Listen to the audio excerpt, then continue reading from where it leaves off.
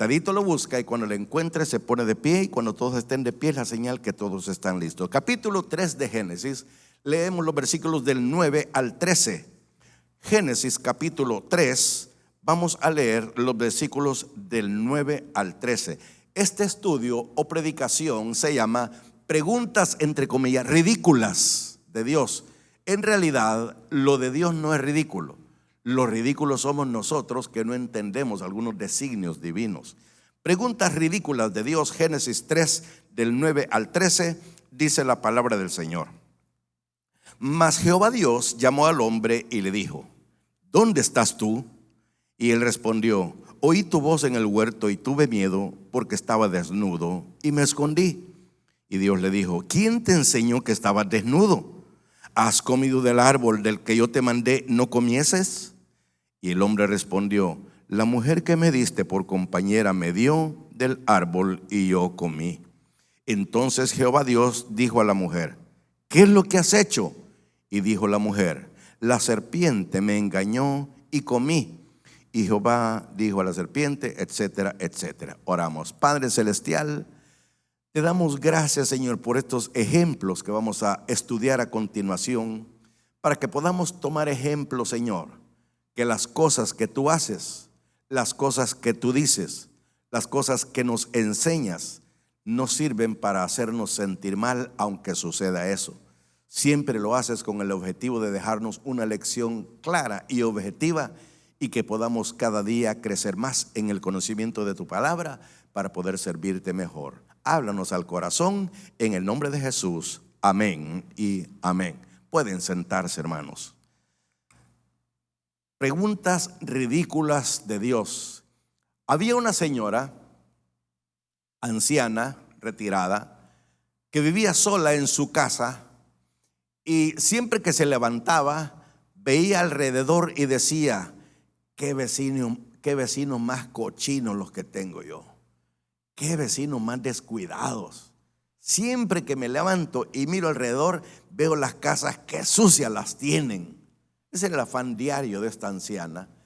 Y un día que se levantó, vio limpio todo, dijo: al fin, dijo, limpiaron sus casas. Y se salió a felicitarlos y a decirles: señores, gracias por haber limpiado su casa. Y cuando llegó donde el primer vecino, le dijo: vecino, quiero agradecerle porque por fin limpiaron sus casas. Y le dijo el vecino: señora, le dijo, no eran nuestras casas las que estaban sucias, eran sus vidrios los que estaban sucios. Y a nosotros nos hizo sentir mal eso, y fuimos a limpiárselos para que usted tenga un panorama diferente de la vida. Si ustedes se fijan, esta ilustración es lo que nos pasa a nosotros como seres humanos finitos que somos, que hay cosas de Dios que no entendemos. Hay cosas de Dios que nuestra mente finita no alcanza a comprender. Había un hombre, este hombre era un genio realmente, espiritualmente hablando. Era Agustín de Hipona, era su nombre. Este hombre era un teólogo, prácticamente un teólogo científico. Estaba dando clases de discipulado a unos jóvenes, pero uno de los jóvenes se rebeló y le dijo: oiga, maestro, le dijo, a mí no me cabe que Dios exista, le dijo.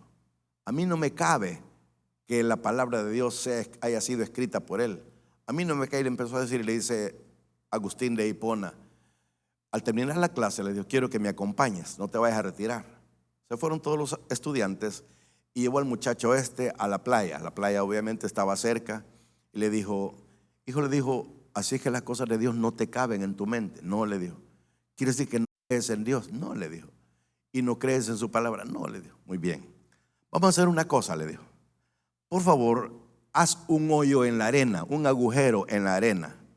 ¿Qué tan grande? Lo más grande que puedas. Hizo un agujero más o menos de 1,5 metros de metro y de unos 2 pies de profundidad.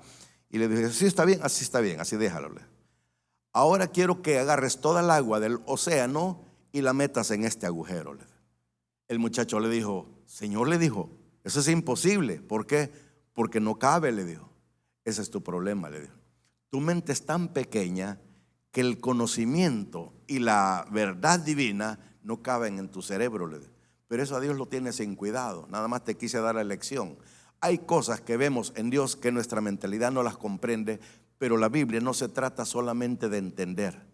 La Biblia se trata de tener fe, creer en lo que Dios dice, aunque no lo entendamos. Es más, algunos dicen, hay cosas de la Biblia que no entiendo, pero cuando llegue al cielo le voy a preguntar a Dios. Fíjese que no va a haber necesidad, porque lo vamos a ver todo. Yo pienso que en el cielo solamente van a haber aperturas de boca, como dicen aquí, wow. No vamos a necesitar preguntar porque lo vamos a ver.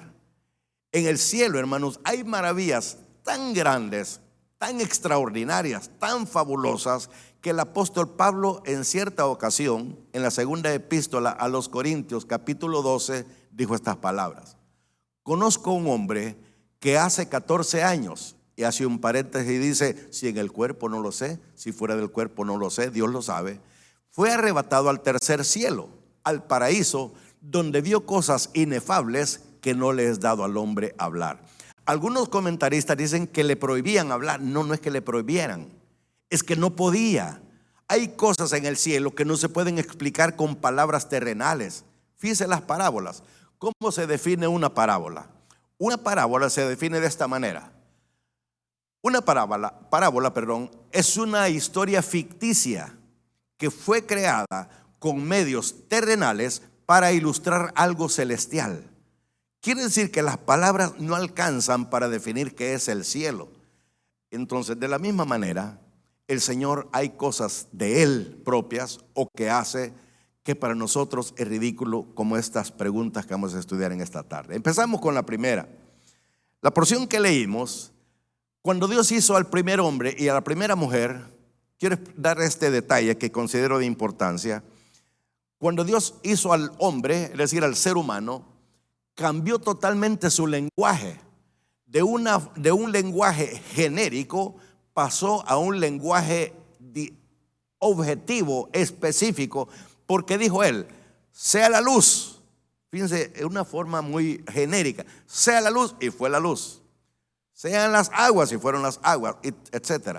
Pero cuando llegó a lo que sería la corona de la creación de Dios, cambió totalmente su lenguaje y dijo, ahora hagamos al hombre a nuestra imagen, conforme a nuestra semejanza. Génesis 1:26. Hermanos, qué diferente de las cosas, es decir, los objetos que existen y la naturaleza, al ser humano. Nosotros fuimos creados en forma especial porque Él nos hizo con sus manos. Hizo el primer muñeco, para los mexicanos el primer mono, hizo el primer muñeco, pero ese muñeco no tenía vida. Era un ser inerte, un ser sin vida. Y dice la Biblia que sopló en su nariz y llegó a ser aquel muñeco un alma viviente. Quiere decir que cada ser humano trae algo de Dios. Cada ser humano tiene en su interior, y por eso es que nosotros tenemos tres elementos. Todo ser humano tiene tres elementos: cuerpo, alma y espíritu. El cuerpo es el cuchumbo, el depósito, es decir, lo físico, lo tangible, lo que se palpa, lo que se ve, lo que se nota, es el cuerpo. Pero el alma y el espíritu es el soplo. La palabra espíritu también se traduce aliento, viento, aire. Entonces, cuando el Señor puso en el primer hombre que hizo el soplo de vida, el hálito de vida, entonces quiere decir que todos tenemos un espíritu.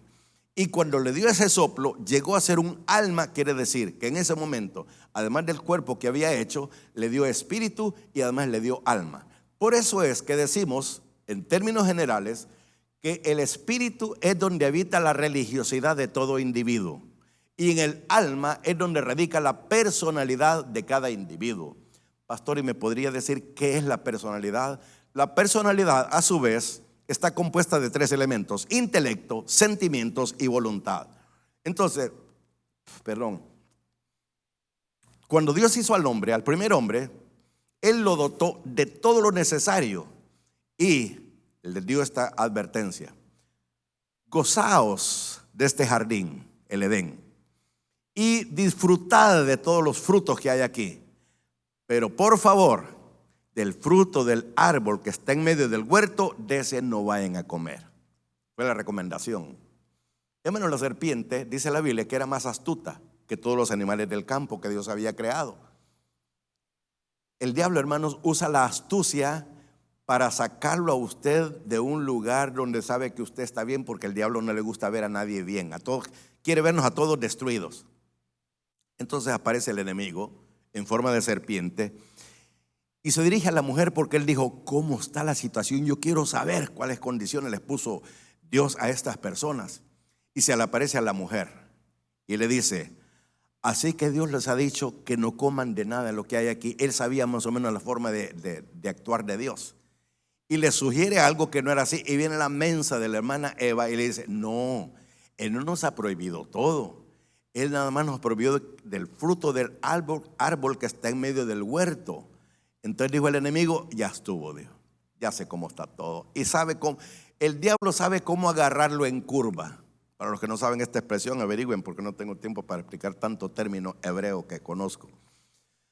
Entonces les dijo: miren, les dijo, ¿saben por qué Dios no quiere que coman de eso? ¿Por qué? Porque Él sabe que el día que coman del fruto de ese árbol, sus ojos serán abiertos y van a ser semejantes a Él, y a Él no le conviene. ¿En ¿le suena familiar eso? Hay una secta, no voy a decir su nombre, mormones se llaman. Esta secta dicen que Jesús, más bien, que todo ser humano que alcanza una espiritualidad alta, cuando se muera va a ser un Dios. Quiere decir que en el cielo, según ellos, hay muchos dioses que primero fueron hombres y Jehová es uno de ellos. Miren qué herejía. Ahora no vamos a hablar de los mormones, quiero seguir con mi tema. Entonces usted conoce la historia, ellos fallaron. ¿Qué comieron ellos? ¿Qué tipo de fruto era? No nos interesa. Lo que nos interesa es a quienes obedecieron a Adán y Eva. Obedecieron al enemigo antes que a Dios. ¿Alguna vez usted ha estado en una encrucijada y dice: no tengo nada de ganas de ir a la iglesia? ¿Sabe quién le está poniendo ese sentimiento? No es Dios, es el enemigo. Porque sabe que vas a recibir una gran bendición y no le conviene que vengas. Entonces Él te va a hacer sentir. Por eso cada vez que sientas o duda o desánimo, son dos de las armas favoritas del enemigo que le han funcionado a la perfección. Cuando no tengas ganas de venir al culto, ¿sabes qué tienes que hacer? Venir al culto. Cuando no tengas nada ganas de orar, ¿sabes qué tienes que hacer? Orar. Cuando no tengas ganas de leer la Biblia, ¿sabes qué tienes que hacer? Leer la Biblia. El enemigo te pone desánimo porque sabe que eso te va a ayudar y él no quiere que te ayude. No sé si me estoy dando a entender. Bueno, entonces comieron del fruto del árbol. Aquí el asunto no es qué tipo de fruto era, sino la desobediencia del hombre y la mujer a la orden que Dios les había dado. Ahora viene aquí el cuadro. El Señor sale preguntando: Adán, ¿dónde estás tú? ¿Por qué se refería a Adán? Porque recuerde que Adán es el jefe del hogar, es el sacerdote del hogar. Aunque algunos no dicen amén, porque hay sacerdotisas en algunos hogares, que la mujer es la que los tiene del pelo. Pero bueno, ese es otro asunto. Adán, ¿dónde estás tú? Preguntando. Ahora, pregúntese usted: ¿acaso Dios no sabía dónde estaba Adán? Claro que sabía. Entonces, ¿por qué pregunta? Y la forma más sencilla de explicarlo es cuando usted fue madre o padre por primera vez. ¿Se acuerdan que todo era el niño? Y después que fueron un montón hasta aburrían. Pero el primer niño, ¡ay, qué amor! Y el niño se metía debajo de la colcha o de la cobija, o como le llamen ustedes. ¡Anta ahí!, decía el niño. ¿A dónde está el niño? Claro que nosotros sabíamos dónde estaba, pero queríamos seguir el juego de él. ¿Dónde está el niño? ¡Aquí está! ¿Usted se acuerda que jugó? No sé si usted jugó con su niño, o era más aburrido que otra persona. Entonces esa es la idea. El Señor no quería jugar con el hombre en este caso. Lo que Él quería era escuchar una confesión sin que Él la pidiera, de parte de Adán y por supuesto también de la mujer. ¿Dónde estás tú? Y de repente salió. Señor, le dijo: aquí estoy. ¿Dónde estabas? Le dijo. Estaba escondido. ¿Escondido por qué? porque tenía vergüenza. Una serie de preguntas que buscaban una confesión de Adán que nunca llegó. Y entonces le dice: ¿por qué sentiste vergüenza? Porque estaba desnudo. ¿Y quién te enseñó que estabas desnudo? Mire, en vez de decirle: Señor, castígame, me lo merezco, es la honestidad. A Dios le encanta la honestidad y le molesta la hipocresía. Como no escuchó respuesta, le dijo: ¿y quién te enseñó que estaba desnudo? Y escuche, la mujer que tú me diste, le echó la culpa a la mujer y a Dios que le dio la mujer. Hermano, si usted tiene una mujer mala es porque te la consiguió. Una vez llegó una pareja a un consultorio de consejería familiar y le dice: ¿y usted quiere separarse de su esposa? Sí, le dijo. ¿Y por qué? Le dijo: porque solo en la calle pasa, le dijo. Y le pregunta a la mujer: ¿y usted por qué solo en la calle pasa? Pregúntele que dónde me conoció, le dijo. ¿Y dónde la conoció? En la calle. Ah, pues en la calle vivo, le dijo. Yo soy callejera, yo soy vaga, patechucho. Entonces muchas veces nosotros hacemos cosas y le reclamamos a Dios como que es culpa de Él. Es que la mujer, hermano, realmente se dice que una mujer no puede estar sin un hombre y un hombre no puede estar sin una mujer. Se necesitan ambos mutuamente. Por todo lo que usted quiera pensar, usted está pensando no sé qué, pero por todo lo que usted quiera pensar. Realmente, hermanos, la mujer sin un hombre, todo mundo decía un poema: una mujer fracasada es como una moneda falsa. Todos quieren conocerla, pero todos la rechazan. Ese es el problema de la mujer sola. Entonces, aquí vemos que la primera pregunta ridícula de Dios es preguntar dónde estaba Adán si él sabía dónde estaba. ¿Qué es lo que Dios esperaba? Una confesión de parte de Adán que nunca llegó. Cuando usted comete algún pecado, algún error, alguna falla, nunca se excuse, nunca se justifique. Solamente dígale: Señor, reconozco que te he fallado. Soy honesto contigo. ¿Sabe por qué Dios amaba tanto a David? No porque no pecó, usted conoce la historia. Dios amaba a David por su honestidad. Le voy a contar la historia de cuando cometió el pecado con Betsabé. Dice la escritura que llegó el profeta Natán. El profeta Natán era prácticamente el profeta del rey. Llega Natán un día y le dice: hermano David, necesito hablar con usted. ¿Cómo no, hermano Natán? Pase adelante, que lo trae por aquí. Una Coca-Colita, no mejor cafecito, pero si tiene pan, si no, no me da nada. Establecieron un diálogo y le dice: ajá, hermano Natán, ¿y qué lo trae por aquí? Pues quiero contarle una historia porque quiero que usted me dé la solución para este problema. Como no le dijo David, había un lugar, le dijo, donde habían dos personas que eran vecinas. Uno era inmensamente rico y tenía muchas ovejas. En cambio, el vecino era bien pobrecito. No tenía más posesiones que una ovejita.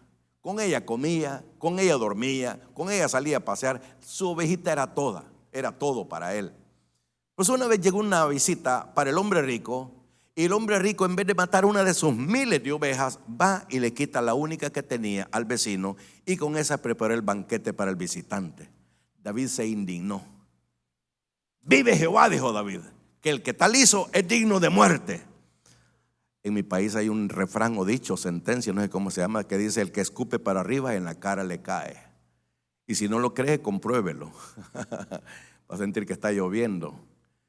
Entonces le dice David, le dice Natán: Señor, le dice, ese hombre eres tú. Le dice: ¿lo han agarrado usted alguna vez en curva que no haya que decir? Y no hay nada que decir más que reconocer. Sí, es cierto, soy culpable, pero ¿qué hizo David? ¿Cómo? Yo nunca le he robado. No, Señor, esta era una parábola, le dijo, era una ilustración.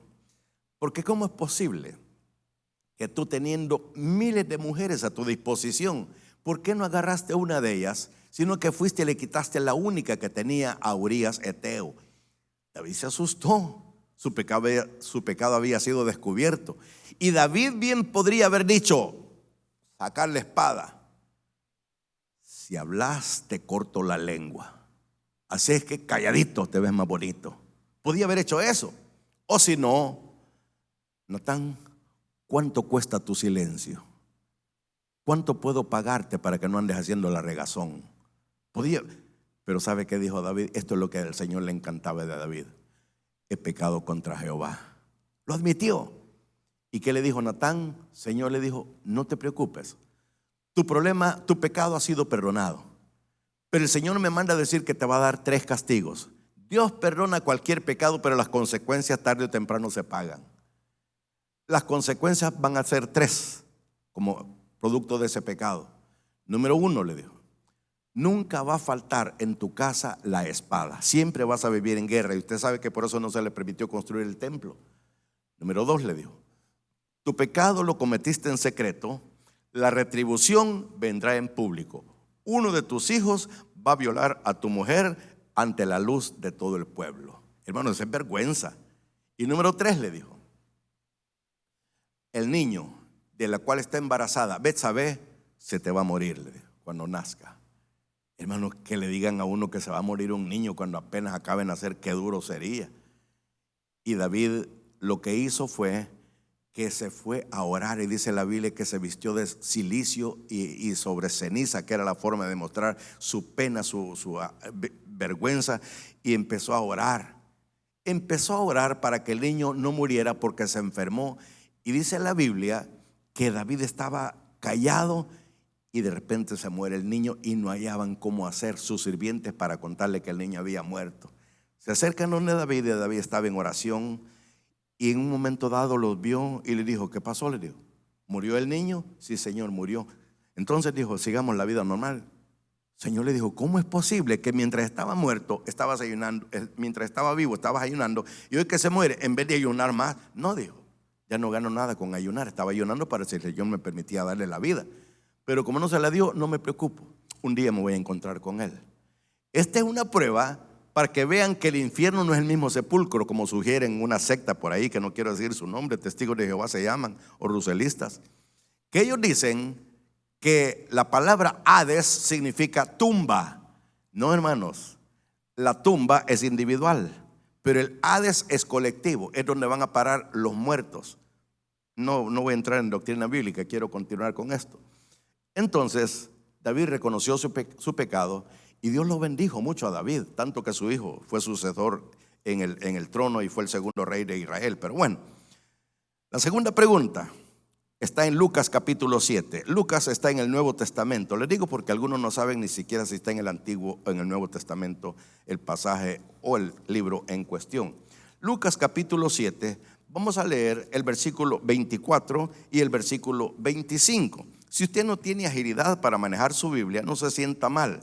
Solamente agarre un lapicero o una pluma, un papel y anote la cita y la lee en su casa, y cuando la encuentre ahí en su casa, desde ella diga amén.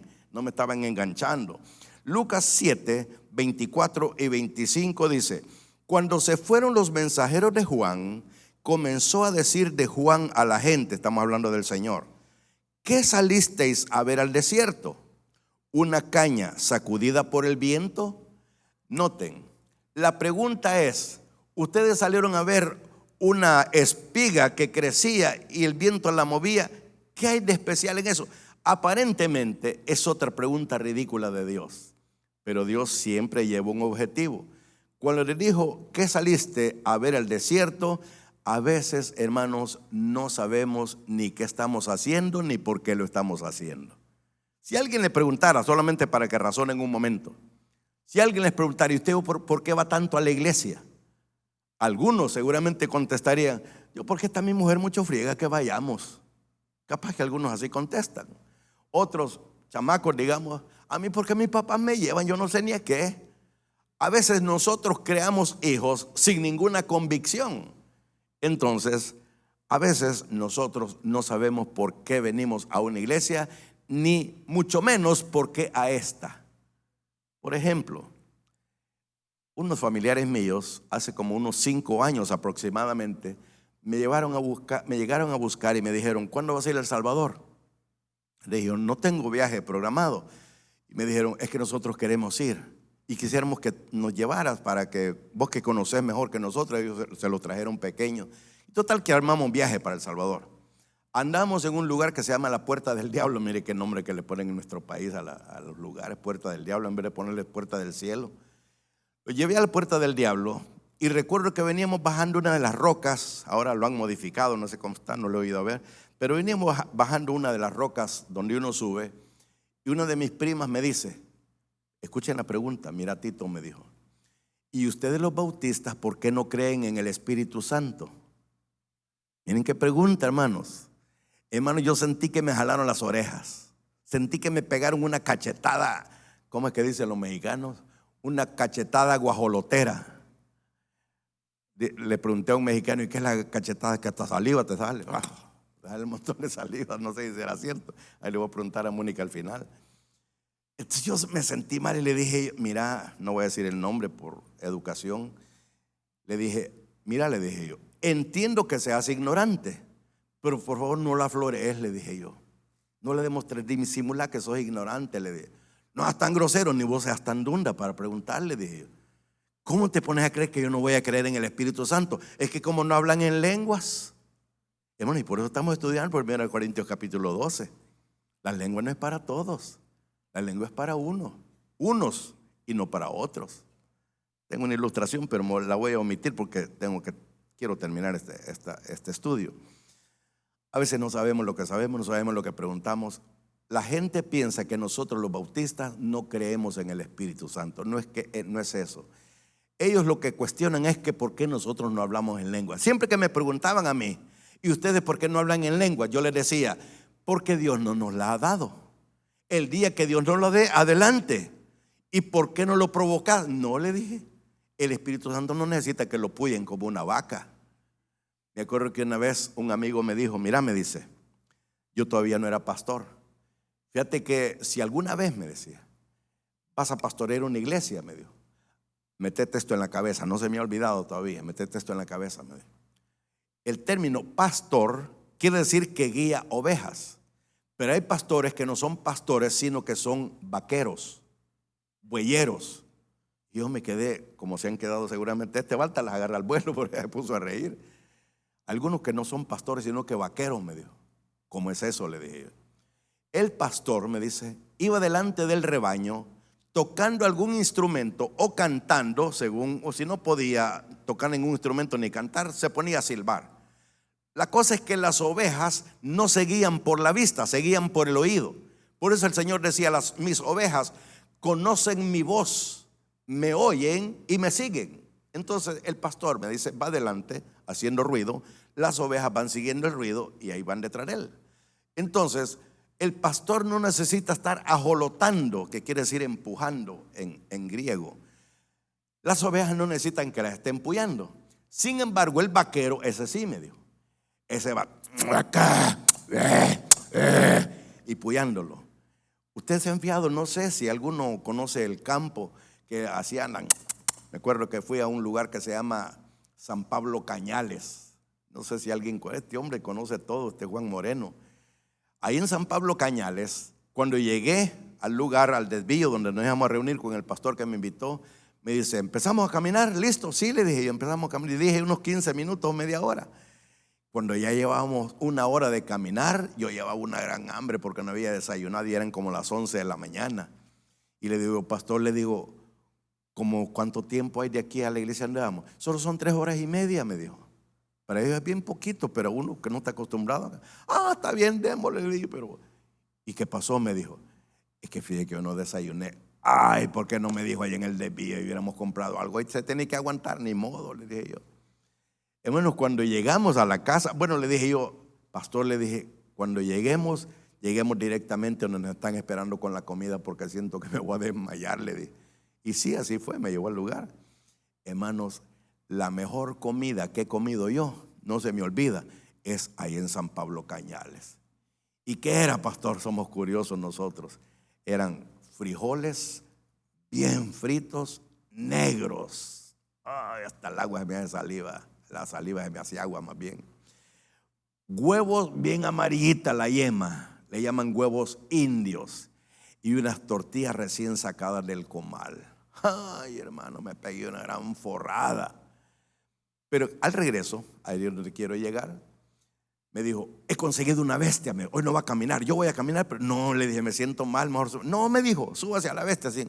Y nos fuimos, ya cuando me iba a dejar al desvío. Entonces llegamos a un lugar y me dice: usted se va a ir por ese camino y yo me voy por aquí. ¿Por qué?, le dije. Es que ese es el camino de las bestias y es el camino de la gente. Mire, yo no sabía eso. Los que son del campo seguramente están entendiendo esto. Y ahí ven el caballo, bien tranquilo. Y de repente el caballo se paró y no caminaba. Y empezó a darle con los pies. ¡Hey! ¡Hey! ¡Hey! ¡Camina! ¡Camina! Y el caballo como que no era con él, como que era sordo. Y le grité al pastor, se llama Dolores, Lolo, le decía, ¡Lolo! Le grité. ¡Ay! Me contestó por allá. Este caballo no quiere caminar. Háblele. Caballo, caballo, camina, camina. No me hacía caso el caballo. Él me dijo que le hablara, pero no me dijo cómo. Al rato, ¡ay voy! Me dije, se regresa. Me dio lástima, el pobre bien sudado. Solo le golpeó aquí y le hizo y caminó. Qué fácil estaba, pero como yo no sabía. Entonces, hay cosas que nosotros a veces no sabemos ni cómo actuar en un momento determinado. Ahora, ¿cuál es la enseñanza en este pasaje? El nombre original de Pedro no era Pedro, era Simón. ¿Se acuerdan? Simón, hijo de Jonás. Siempre que hablaba algo demasiado formal, Jesucristo no lo llamaba Pedro, le llamaba Simón. Por ejemplo, en la declaración, en el capítulo 16 de Mateo, el Señor le dijo: bienaventurado eres, Simón, hijo de Jonás, porque no te lo reveló carne ni sangre, sino etcétera, etcétera. Entonces, el nombre Simón significa una caña movida por el viento. ¿Qué es eso? Algo insignificante. Usted no se va a detener a ver cómo se mueven los palos cuando hay viento. ¿Qué gana con eso? Nada. Entonces, Simón es como quien dice una persona frágil, una persona de doble ánimo, una persona inconstante. Es una caña movida por el viento. Y Dios, el Señor Jesucristo, le cambia el nombre de Simón y le pone Pedro. Pedro es símbolo de estabilidad. Usted pone una piedra y no se mueve a menos que usted la levante. Entonces, Él le cambió el nombre de variable o de inconstante a una persona de, ¿cómo se dice? Una constancia férrea. Como que se estaba burlando de él aparentemente. ¿Cuál es la enseñanza aquí? Dios no ve lo que eres, sino lo que va a hacer contigo. Porque lo que usted hace y lo que yo hago no es por nuestros propios méritos o capacidades, es porque el Espíritu Santo en nosotros nos hace hacer cosas que nosotros a veces ni entendemos cómo es que los hacemos. Esa es la pregunta. ¿Qué saliste a ver al desierto? Es decir, ¿qué estás haciendo ahí? ¿Qué estás haciendo en esta iglesia? ¿Te ayuda esta iglesia? Hermano, la ayuda que usted obtiene en toda iglesia donde usted se congregue, estoy hablando con los que nos están viendo, es la ayuda espiritual. Hay veces que este libro nos levanta el ánimo. Hay veces que cuando se nos predica salimos con una mentalidad totalmente diferente. Entonces, el cambio de nombre es lo que destaca esa pregunta. Ahora la tercera, Lucas, el siguiente capítulo, es decir, el 8, Lucas 8:45. Dice la palabra del Señor, Lucas capítulo 8, versículo 45. Dice: entonces Jesús dijo: ¿quién es el que me ha tocado?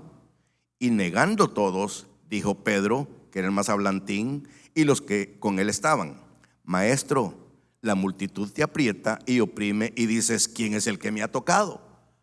Ahora, la pregunta del Señor aparentemente era ridícula. El Señor Jesucristo, cuando caminaba hacia algún lugar, no iba solo. Perdón, además de los discípulos, había un gentío. ¿Y por qué seguían a Jesucristo? Por tres causas. La primera, porque les daba de comer de choto, es decir, gratis. Entonces lo seguían porque había comida gratis. Primer grupo. Segundo grupo, porque eran enfermos y necesitaban sanidad, si se fijan, por puro interés.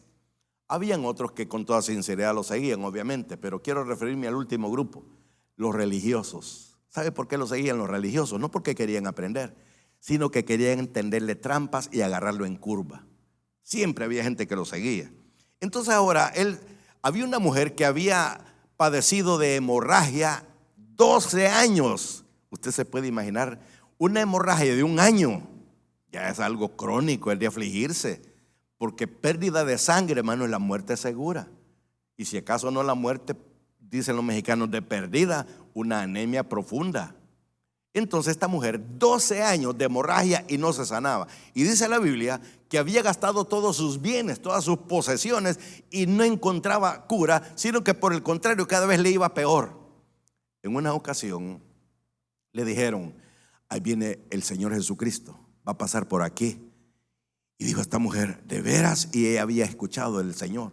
Y dijo: si tan solo pudiera tocar el borde de su manto, yo sé que seré salva de mi azote. Fue el pensamiento de la mujer.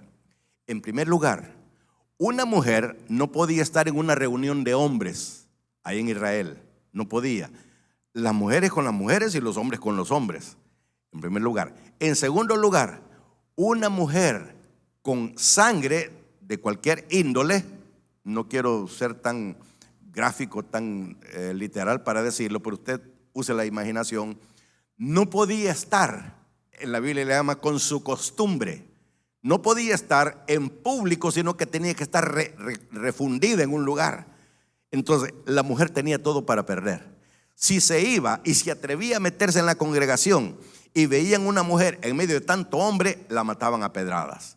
Y ahora si se daban cuenta que estaba derramando sangre, peor todavía, lo hubieran mal matado. Entonces ese era el obstáculo que tenía. Y cuando llegó por fin, no dice la Biblia, pero se cree que arrastrándose tocó el borde del manto del Señor, e inmediatamente que tocó el borde del manto, dice la Biblia que la hemorragia cesó. Se terminó la hemorragia. 12 años y fue sanada en el instante. Y ella se fue con el temor de ser descubierta, pero cuando iba saliéndose, el Señor hace esta pregunta: ¿quién me ha tocado?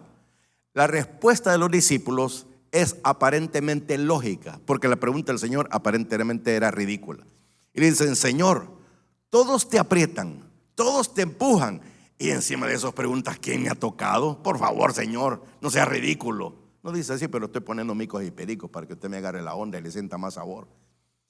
Entonces el Señor dijo estas palabras: es que no ha sido un toque normal, dijo. Yo he sentido que virtud salió de mí. Ahora observe, ¿qué es lo que el Señor quería? El Señor quería que esta mujer testificara de la sanidad.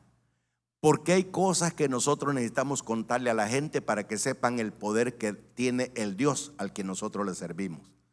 Pero muchos no lo cuentan. Hermanos, seguramente entre nosotros hay personas que han recibido un milagro grande del Señor y no lo cuentan. Esto lo he contado muchas veces. En el año 2010 a mi esposa le detectaron cáncer, breast cancer, cáncer aquí. No quiero decir la chiche porque suena feo, pero ahí le salió cáncer. Hermano, se lo detectaron en un mamograma. Es un examen de rutina que hacen en el hospital. Llegó a la casa y me dice: fíjate que me encontraron cáncer. Usted sabe que esa palabra a uno lo pone alerta. De veras, le dije: sí. Le llamaron y le dijeron que iba a ir a una segunda cita para comprobar si realmente era cáncer o si había habido algún error. Y efectivamente el cáncer ahí estaba. Le dieron una tercera cita, no sé para qué, no recuerdo. En ese tiempo sí me acordaba, pero ahorita se me ha olvidado. Una tercera cita. Y luego le llamaron para la cuarta cita, que era para saber una de dos cosas: si se quitaba con tratamiento de quimioterapia o si había que quitar la chiche. Qué feo se oye, ¿verdad? Pero ustedes me entienden, ¿verdad? Es lo importante. Entonces le dije yo voy a ir, le dije, a ver si me permiten entrar. Sí, me dijo, y fuimos. Me acuerdo que estábamos esperando y yo le dije: Señor, le dije, yo creo que te quiere glorificar en mi esposa, le dije yo, hablando yo solo. Señor, le dije, yo no creo que me la quieras quitar tan joven, me la acabo de conseguir. Estaba pensando yo todo eso y llegaron y la llamaron y le dije a la enfermera: ¿puedo entrar con ella? Sí, me dijo. Y entré con ella. La acostaron en una camilla, a mí me sentaron en una silla por allá, la camilla allá y yo viendo. La enfermera o técnica, no sé qué es, la puso un montón de alambres, agarró el mouse y estaba el monitor enfrente y comenzó, clic, lo movía, clic, movía la cabeza, clic. Yo no entendía qué estaba pasando y pienso que la enfermera tampoco. ¡Clic! No puede ser, dijo. Permítame, voy a ir a llamar al doctor. Dije, se fue. Ahora te viene un maestro palancón. Ustedes saben qué quiere decir palancón, ¿verdad? Ni un maestro palancón de lentes. Aquí en este país no saluda a la gente, o lo entran como chuchos. Entró el maestro, abrió el mouse a ver qué le dijo a la enfermera. Yo no oía. En primer lugar, hablaban bien suavecito. En segundo lugar, no entiendo perfectamente el inglés. Y empieza el doctor también. Y yo queriendo entender qué estaba pasando y dije, I don't understand. Yo no entendía nada. De repente el hombre se voltea a mí, se quita los lentes y me dijo, ¿tú eres el esposo de ella? Sí, le dije yo. No sé qué pasa. Y yo menos, dije yo. ¿Por qué? Le dije yo. Y me dijo estas palabras: Cancer is gone. No dijo el cáncer ya no está. No dijo no era cáncer. El cáncer se ha ido. Hermano, no necesito que me digan, Dios se lo llevó. El Señor sanó a mi esposa de un cáncer evidente. Gloria a Dios. Hermano, ¿por qué cuento esto? Número uno, para fortalecer la fe de muchos débiles. Número dos, para darle la honra y la gloria a mi Señor, porque Él merece toda honra y toda gloria. Amén. Ahora, ¿quién me ha tocado? Otra cosa más, ¿con quién me ha tocado? Dios no quiere solamente sanar a la gente, Dios quiere salvarla a la persona. Porque ¿de qué sirve que usted vaya a orar por un enfermo si de todo modo se va a morir? Y si no la gana Cristo, se va a ir para el infierno por culpa suya. Entonces Dios ve primero lo más necesario, lo más emergente en su vida.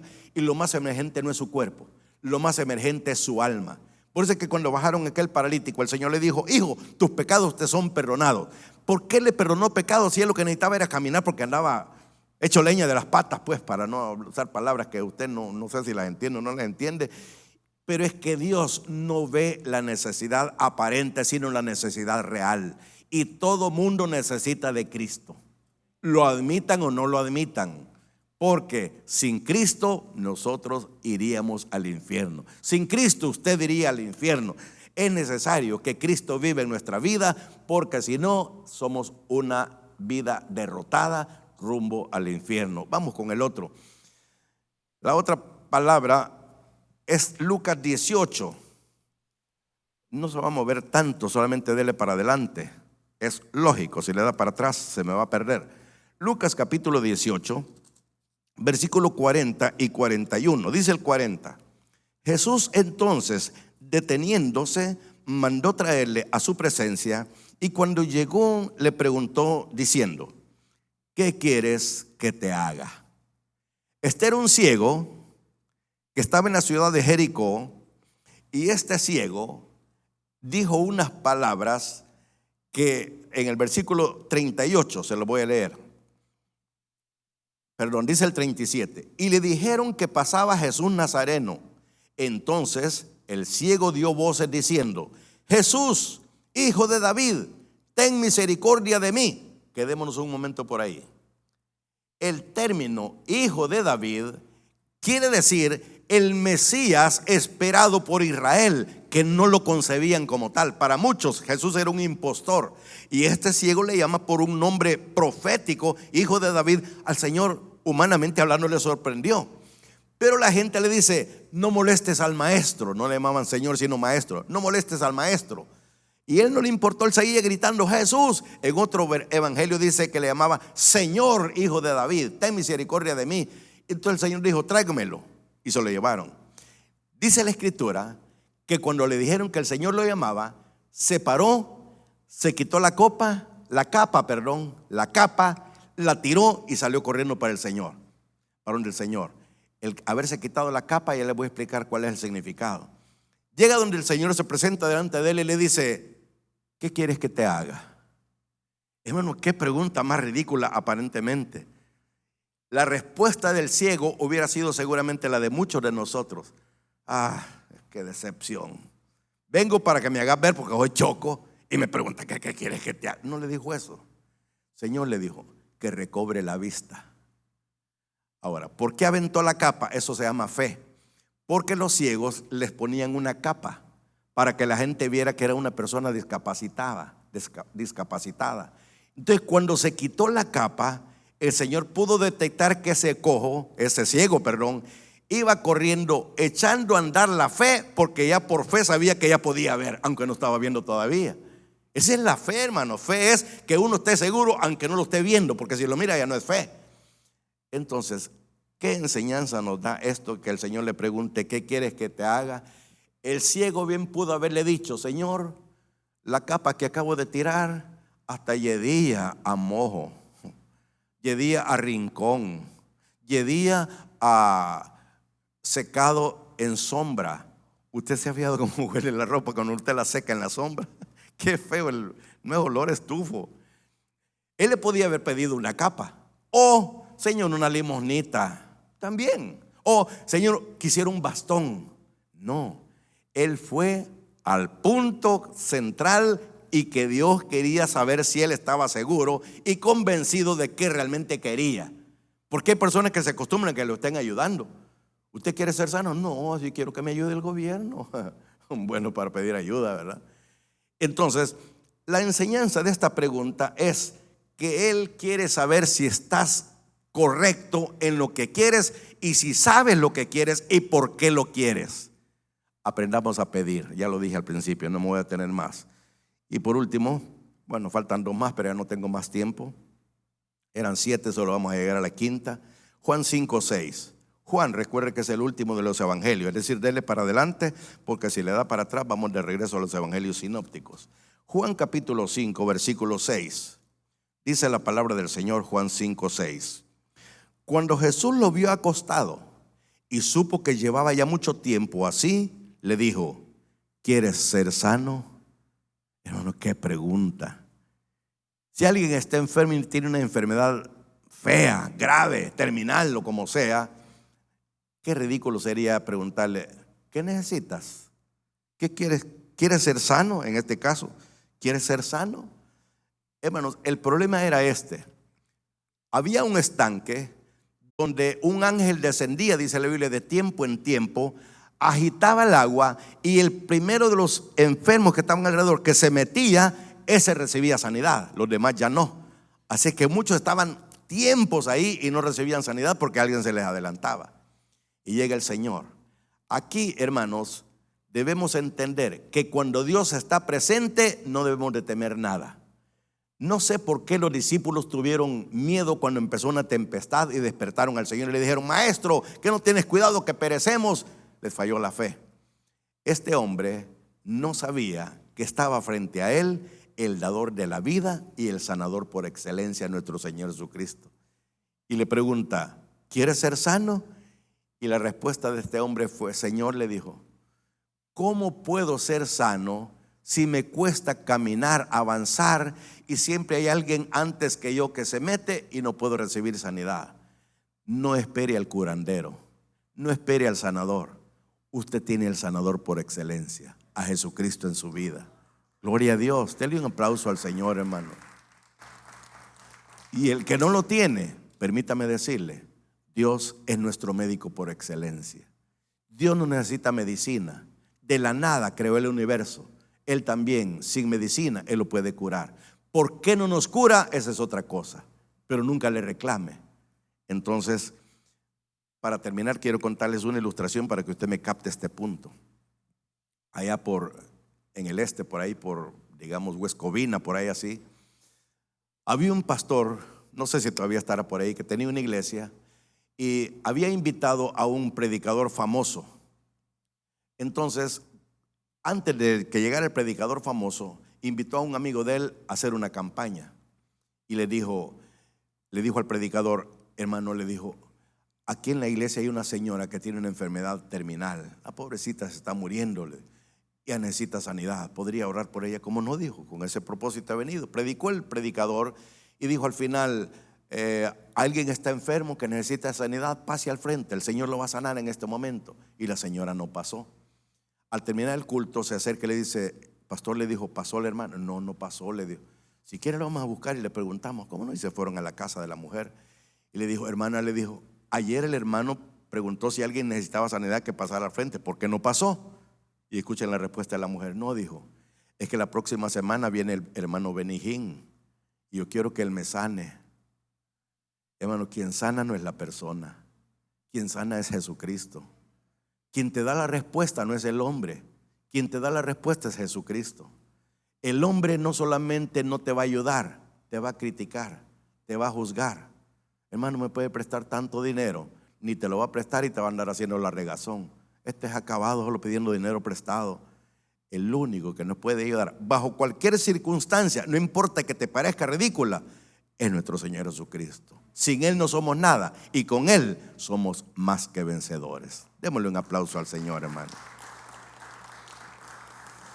Bendito Padre Celestial, te damos gracias, Señor, por este momento, por este día. Te damos gracias, Señor, porque estamos culminando nuestro segundo servicio. Mientras estamos orando, todos con sus ojos cerrados, sus rostros inclinados, esta es la parte más delicada de nuestra reunión. Sería una ingratitud despedir esta reunión sin dar oportunidad a la persona que no conozca a Jesucristo o que no sepa dónde va a ir el día que muera. Puede ser dentro de este recinto sagrado o puede ser los que nos estén viendo por televisión, por esta plataforma, cualquiera que sea la circunstancia. Si usted no está seguro qué va a suceder el día que usted muera, solamente necesita abrirle su corazón a Cristo. Apocalipsis capítulo 3, versículo 20, palabras literales del Señor, y dijo: he aquí yo estoy a la puerta y llamo. Si alguno oye mi voz y abre la puerta, Él no la va a empujar.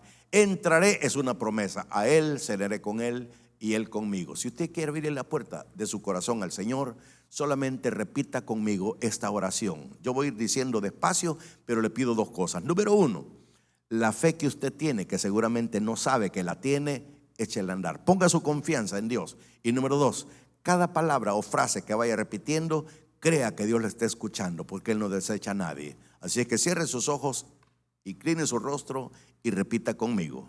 Dígale así: Señor Jesús, reconozco y admito que soy pecador. Te he ofendido consciente o inconscientemente.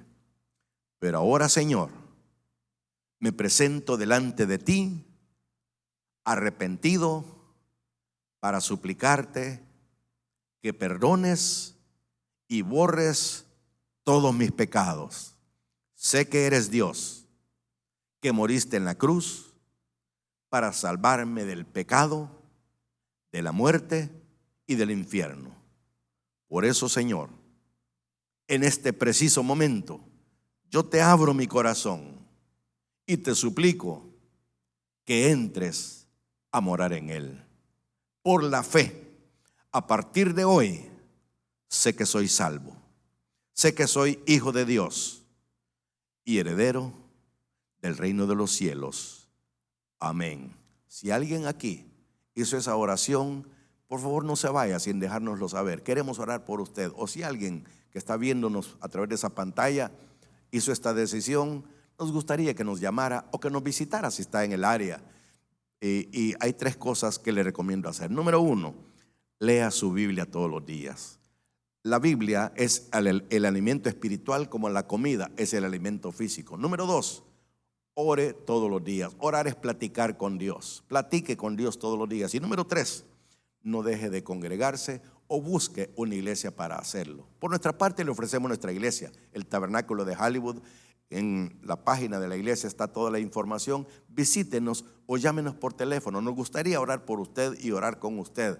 Le damos las gracias por la decisión que tomó en este día y ahora le vamos a dar gracias a Dios por usted y por este servicio. Padre,